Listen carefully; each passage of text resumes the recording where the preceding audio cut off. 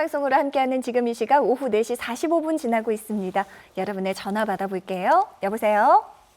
여보세요? 예, 어머니 안녕하세요. 네, 안녕하세요. 올해 나이가 어떻게 되셨습니까? 71요. 71세, 이제 막 70세 접어드셨는데 어디가 네. 어떻게 불편하셨는지 원장님과 직접 이야기 나눠보십시오. 네, 어머니 안녕하세요. 네, 안녕하세요. 네, 어머니 어디가 불편하세요? 저는 오른쪽 다리가 네, 이 안쪽에가 그렇게 아파요. 시큰시큰요. 네. 그래갖고서는 이제 연골 주사도 6개월에 한 번씩 맞고 네. 그러고 있어요. 와, 네. 그 맞을 때는 또 괜찮지만 또 맞고 나면 좀 지나면은 또 이제 또 좀 아프고 그렇더라고요. 네. 연골 주사를 최근까지 몇 번 정도 맞아보신 것 같아요? 4번이요. 4번 정도 맞아보셨는데 6개월 간격으로 맞으셨나요? 한 1년 있다가 또 맞았어요. 아, 1년 있다 맞고 이렇게 하셨어요? 네. 혹시 처음에 연골 주사 맞으시고 나서부터 지금까지 다음 네. 주사 맞을 때까지 기간이 좀 짧아지고 그러진 않나요? 짧아지는 건 없고 좀 길어지더라고요. 아, 오히려, 그래요? 예. 네. 네. 혹시 무릎에 그 정밀 검사나 이런 건 받아보신 적이 있으세요? 그거는 받아보지 않았어요. 아, 그럼 엑스레이 검사만 해보셨나요? 네. 선생님이 뭐라 그러시던가요? 연골이 닳아갖고 네, 그게 닿아서 이제 그게 아프다고요. 네, 그렇더라고요. 네네. 그래서 이제 처음에는 이제 연골 재생되는 주사를 맞았어요. 네, 네. 그러고 나중에는 이제 그냥 연골 주사를 맞고 네, 이제 그러고 이제 있는 거 그리고 이제 운동만 이제 그렇게 하고 있어요. 네. 그 엑스레이 검사상에서 관절이 이제 퇴행성 관절염이 많이 진행이 됐습니다. 이런 얘기를 들으시고 나서 선생님이 네. 선택해 주신 치료가 이제 연골 주사나 아니면은 우리가 보통 얘기하는 DNA 주사라고 얘기하는 연골 네. 재생 주사 이런 것들을 네, 맞으셨을 것 같은데 네. 아, 저희가 보통 이제 외래에서 볼 수 있는 퇴행성 관절염이 진행되는 환자분들은 네. 제가 선생님 10번 맞았는데 10번 맞고 처음에는 한 1년 동안 버티다가 나중에는 네. 맞고 나도 소용이 없는 것 같아요. 네. 이렇게 되시는 분들이 대부분이거든요. 네네. 네, 네. 그런데 그거랑 틀리게 어머니 전화 주신 어머님께서는 한 번 맞고 나서 꽤 일정 기간 잘 버티시는 것 같아요. 네. 그렇죠? 그 저희가 환자분들한테 꼭 말씀드리는 게 엑스레이가 망가졌다고 꼭 치료를 받으셔야 되는 건 아니에요. 아, 그래요? 네. 엑스레이 검사 중에서도 관절 연골이 뼈하고 뼈가 부딪혔다고 다 수술하시는 거나 다 주사를 맞으시는 건 아닌데 네. 본인이 느끼고 계신 주관적인 증상이 얼마나냐 그리고 내 신체 활동이 얼마나 유지될 수 있느냐가 굉장히 중요한데 네. 잘 생각해 보시면 거울 앞에 섰을 때 다리가 약간 무릎이 벌어지거나 네, 좀 네. 벌어지더라고요. 네, 그렇게 되는 게 있다 그러면 일단은 관절염은 진행된다고 생각되지만 네. 환자분이 생각되시기에 나는 관절염 진행돼도 쓰는 데는 별 문제 없고 물이 차고 무릎이 아프거나 이런 거는 심하지 않은 것 같아. 그러면 보존적인 치료로 버틸 수 있을 때까지 버텨보시는 것도 나쁘진 않아요.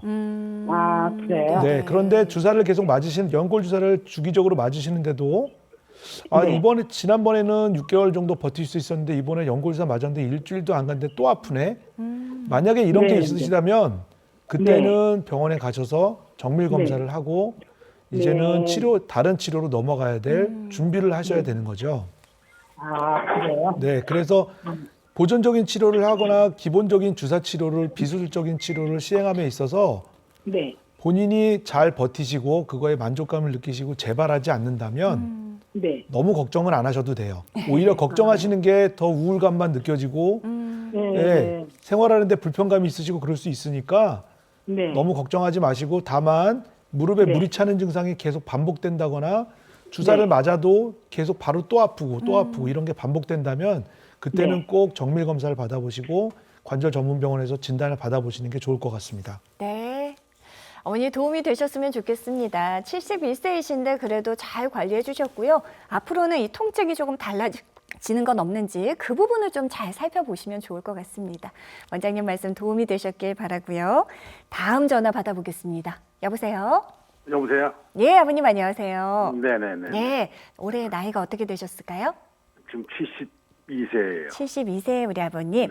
어디가 어떻게 불편하신지 원장님과 직접 이야기 나눠보십시오. 네, 네, 아버님 네. 안녕하세요. 네네, 안녕하세요. 안녕하세요. 예. 네, 어디가 네. 불편하세요? 저는 오른쪽 팔 뒤꿈치가 팔꿈치요? 아픈데요. 네. 팔꿈치요, 팔꿈치. 근데 네. 이것이 뭐 저는 아는 형네 그 비닐하우스 네. 거기 뭐 좀 해달라 그래가지고 사다리 놓고 올라가서 이 창그는 거 있어요. 네. 네네. 그래서 올라가가지고 창그는데 그 힘을 줘야 되거든요. 네. 한시 창갔는데 거기 아픈 거예요. 아주 세게 아픈 거예요. 갑자기. 네. 네. 그래가지고 이제 그게 낫죠. 그거 그냥 기르는데 안 나가가지고 신경외과도 몇 군데 갔다 다녔들었어요. 네. 네. 뭐 가니까 이름 있는 데라 그래가지고 뭐 간데 아침에 가니까는 뭐 사람이 많이 모이고 그런데도 그러니까 잘 고치니까 많겠죠 사람이. 네. 그래서 거기를 몇 번 다녔는데 네. 네. 안 나요. 네. 아이고. 아프신 지가 얼마나 되신 것 같아요? 이맘때니까 작년 이맘때니까 1년이 됐죠. 1년이 1년이나 가까이 되셨어요? 됐네요, 아버님. 네. 그 엑스레이 검사에서는 특별한 이상이 없다 그러던가요? 예, 뭐 놀랬다고 신경이 놀랬다고 그래가지고 놀랬다고 그래요? 신경이 놀렸다. 네. 주사를 아주 그냥 놓는데 아프고 그래가지고 네. 그래가지고 몇 번 다녔어요. 네네. 근데 이제 또 그렇고 그래가지고 한 번은 이제 정형외과가 신경 그 통증의학과 네. 네네. 거길 갔는데 그거 뭐죠? 뼈 주사 같은 거 있죠? 네. 영어로인데 그 뭐죠? 예, 예. 스테로이드. 네네. 예. 네네네. 그거 약하게 놔준다고 많이 세게 넣으면 안 된다고 약하게 놔줄 거예요. 그리고 놔주는데 그리고 안 아팠더랬어요. 네. 그러다가 한 2개월 있다가 또 아픈 거예요. 네. 아이고. 예, 그래서 저 팔꿈치 지금 말씀하시는 증상이 정확하게 팔꿈치 맞을까요? 팔꿈치 뒤쪽이요. 뒤쪽이요? 팔꿈치 뒤쪽. 아, 네. 그럼 거기 혹시 물주머니가 만져지거나 그러진 않나요? 아니 괜찮아요. 그건 괜찮고요. 혹시 근데 이렇게 그러면 그 부위 이렇게 만지면은 뻐근하게 아프죠. 네, 뻐근하고. 그러면은 팔꿈치를 쭉 피면 팔은 요 주관절이라고 보통 얘기하는데 요 팔꿈치는 다 펴지나요? 네, 다 펴져요. 예. 다 펴지고 다 굽혀지고요. 네, 근데 가만히 있으면은 안 아픈데요. 네. 아침에 자고 눈 뜨면 아프고요. 네. 움직이면. 그리고 이제 움직이면 아프고 그래요. 네. 그래요. 그러면 손가락이 저리거나 그런 증상은 없으신가요? 없어요. 네. 지금 말씀하시는 증상 중에 이제 저희가 진료실에서 꼭 체크를 해야 되는 부분들을 이제 직접 진찰한 건 아니지만 유선상으로 이렇게 네네. 여쭤보면 네. 아버님 사실 큰 걱정 안 하셔도 될 것 같아요. 팔꿈치 문제에 있어서 제일 문제가 되는 거는 두 가지라고 정리할 수 있는데 하나는 팔꿈치가 다 안 펴지는 경우가 굉장히 흔해요. 펴져야 되잖아요. 네, 팔꿈치 안쪽에 뼈 조각이 있거나 아니면은 관절이 붓거나 망가지거나 그러면 팔꿈치가 다 안 펴지거나 안 굽혀지거나 하는 증상이 생길 수가 있고요. 네. 또 하나는 팔꿈치 안쪽으로 척골신경이라는 중요한 신경이 지나가는데 네. 이 신경이 자극을 받으면 네 번째 손가락하고 다섯 번째 손가락이 굉장히 저리게 되거든요. 그래서 이 두 가지가 다 아니라 그러면 네. 단순히 관절이 많이 쓰거나 그래서 관절에 물이 차거나 이런 증상이 있을 수 있는데 네. 이런 관절에 물이 차는 증상이나 아니면 근육통이나 이런 것들은 간단하게 주사 치료로도 해결할 수 있으니까 네. 지금 다니시던 병원 말고 네. 아니면 다른 병원에서 다른 의견을 한번 받아오시는 것도 좋을 것 같고 제 생각에는 엑스레이 검사 말고 네. 왜냐하면 지금 말씀하시는 증상 중에 뼈의 구조에 이상이 있을 거를 의심할 수 있는 소견은 없기 때문에 네. 근육이나 인대 손상이 의심되거든요. 네. 그런 경우에는 정밀 검사를 꼭 받아보시는 게 좋아요. 네. 그래서 어떤 증상이 종류가 좋을까요? MRI 검사가 요즘은 이제 연부 조직을 확인하는 데 있어서 가장 정확한 진단이기 때문에 네. MRI 검사를 권해드리고요. 즉 더더군다나 이 증상이 1년 이상 되셨으면 다른 원인이 해결되지 않는 원인이 있을 가능성이 굉장히 높기 때문에 정밀 검사를 꼭 받아보시고 그래서 치료를 끝내시는 게 좋을 것 같다는 생각이 듭니다. 네. 다행히 아버님 아주 심각한 문제에 대한 그런 소견은 원장님께서 보이지 않는다 말씀하셨습니다. 하지만 1년 이상 이렇게 통증이 지속되고 있는 만큼 정밀 검사 한번 받아보시는 게 어떨까 말씀 주셨으니까요. 이 부분 잘 기억하셨으면 좋겠습니다. 자, 아까 어머니께서 이제 주사 치료에 대해서도 좀 네네. 이야기를 하셨거든요. 네. 이 주사 치료에 대해서 좀 알아보도록 하겠습니다, 원장님. 네.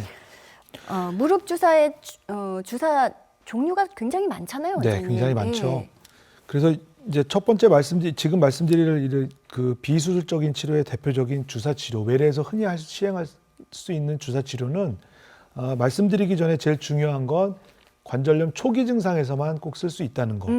그리고 장기간 계속 쓰거나 아니면 증상이 변하는 데도 계속 똑같은 치료를 고집하는 건 굉장히 위험할 수 있다는 걸 먼저 말씀을 드리고요. 네. 그래서 관절염 초기 증상에서 저희가 흔히 쓸 수 있는 주사 치료는 그림에서 보시는 것처럼 스테로이드 주사, 히알루론 주사, PDRN 주사, 증식 주사 이렇게 정리를 할 수가 있겠는데 네. 위에 두 가지는 관절에서 생길 수 있는 염증을 억제시켜주는 염증 반응을 직접 억제시켜주는 기능을 하는 거고 PDRN 주사나 증식 주사는 염증 반응을 억제해주는 기능보다는 손상된 조직을 다시 재생시켜주는 거에 목적을 둔 치료라고 이제 설명을 드릴 수가 있겠습니다. 네. 말씀을 거의 다 해주신 거나 마찬가지일 것 같은데요. 통증을 줄여주는 것과 또 원인 제거까지 같이 되는 이 주사 차이점 말씀을 좀 해주셨습니다. 네. 좀 더 자세하게 증식 주사 그리고 또 아버님께서도 말씀하셨죠. 뼈 주사라고 네. 말하는 스테로이드 주사 차이점이 분명히 있을 것 같은데요. 네, 아까 아버님께서 말씀하셨던 뼈 주사라고 얘기하는 스테로이드 주사는 염증 반응을 직접적으로 억제하기 때문에 효과는 빨리 나타나지만 염증 반응이 이제 다시 재발할 수 있는 원인이 해결되지 않기 때문에 지속 기간이 길어지지 않는, 지속 시간이 길지는 않은 이런 그 단기간의 치료라고 볼 수 있겠고요. 임시 방편이네요. 네. 예. 여기서 지금 다시 이제 설명드릴 증식 주사 치료는 염증 반응을 억제하는 것보다는 손상된 조직을 천천히 재생시켜주는 그런 치료 효과를 도모하는 치료이기 때문에 네네. 단기간에 바로 효과가 나타나는 증상 그 치료는 아니지만 천천히 원래대로 돌아갈 수 있는 근본적인 해결을 할 수 있는 주사 치료라고 할 수 있겠습니다. 네. 그래서 여기 그림에서 보시는 증식 주사 치료는 일반적인 스테로이드와는 달리 고농도의 포도당 주사를 주기적으로 병변 부위에 주사를 해서 네네. 이 고농도의 포도당 자체가 몸에는 위험하지 않지만 염증 반응을 유발시키기 때문에 이 염증 반응이 유발되고 염증 반응이 유발된 후에 천천히 없어지면서 이 염증 반응을 따라오는 조직의 재생 반응을 유도해서 손상된 인대나 힘줄을 보다 두껍고 튼튼하게 다시 재생시켜주는 이런 치료가 되겠습니다. 네. 즉각적인 통증 감소에 그치지 않고요. 예, 근본적인 이 염증의 원인을 해결하게 해주는 부분이 바로 증식 주사가 아닌가 합니다. 그렇다면 증식 주사 치료 과정 어떻게 되는지 궁금하고요. 예, 구체적으로 또 치료 주기도 원장님 네. 설명해 주시면 좋을 것 같아요. 증식 주사 치료는 아까 말씀드린 대로 몸에 위험이 없는 위험이 비교적 적은 포도당, 고농도의 포도당을 신체 부위에 주사하는 거기 때문에 비교적 안전하게 외래에서 손쉽게 시행할 수 있습니다. 네. 그런데 이제 보통 그 치료 주기는 그 치료자에 따라서 좀 다른 경향도 있는데 네. 보통 일주일 간격으로 3에서 5회 정도 증상에 따라서 시행을 하거나 또는 농도를 올려서 고농도를 4주 간격으로 나눠서 주사하는 방법도 있는데요. 네네. 이렇게 주사를 맞는 데 있어서 한 가지 주의점은 이 고농도 포도당 주사를 맞으시고 나면 처음 3, 4일은 그 주사 맞은 부위에 염증 때문에 통증이 있거나 붓거나 빨갛게 부어오르는 이런 현상들이 있을 수 있는데 네네. 이거는 정상적인 염증 반응 유도라고 판단되기 때문에 너무 걱정하실 필요는 없고요. 간단히 집에서 얼음찜질 하시고 쉬시면 증상이 없어지고 거기에 따라서 이제 재생 반응들이 동반이 되고 이 재생 반응들을 통해서 동반된 성장인자나 재생 세포들이 천천히 손상된 조직을 리모델링 해주는 리모델링 단계까지 가게 되니까 보통 3개월에서 6개월 정도를 전체 치료 기간으로 생각하고 있습니다. 네, 천천히 조직의 재생 반응을 도모하는 증식 주사 치료입니다.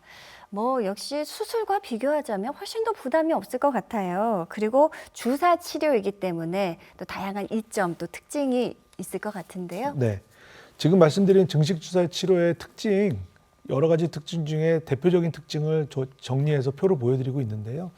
일단 시술 기간 시간이 굉장히 짧다는 것, 그리고 절개를 하지 않기 때문에 큰 부담이 없다는 것과 몸의 모든 부위에 거의 모든 부위에 적용을 할 수 있다는 것, 그리고 아까도 말씀드렸지만 손상된 조직을 재생시켜주는 목적이기 때문에 근본적인 치료라는 거를 이제 특징으로 생각할 수 있는데 단 그림에서 빨간색으로 표시한 것처럼 과연 내가 초기 관절염 환자이고 초기 손상이기 때문에 증식 주사 치료로 효과를 볼 수 있는지 없는지를 객관적인 근거로 꼭 정확하게 판단을 한 후에 시행을 하는 것이 내가 중증 단계의 관절염임에도 계속 주사 치료로 시간을 끌고 있다가 결국 말기로 빠지는 아이고. 이런 그 손해를 볼 수 있기 때문에 정밀 검사를 꼭 받아보신 후에 증식 주사 치료를 받으시는 게 좋겠습니다. 네.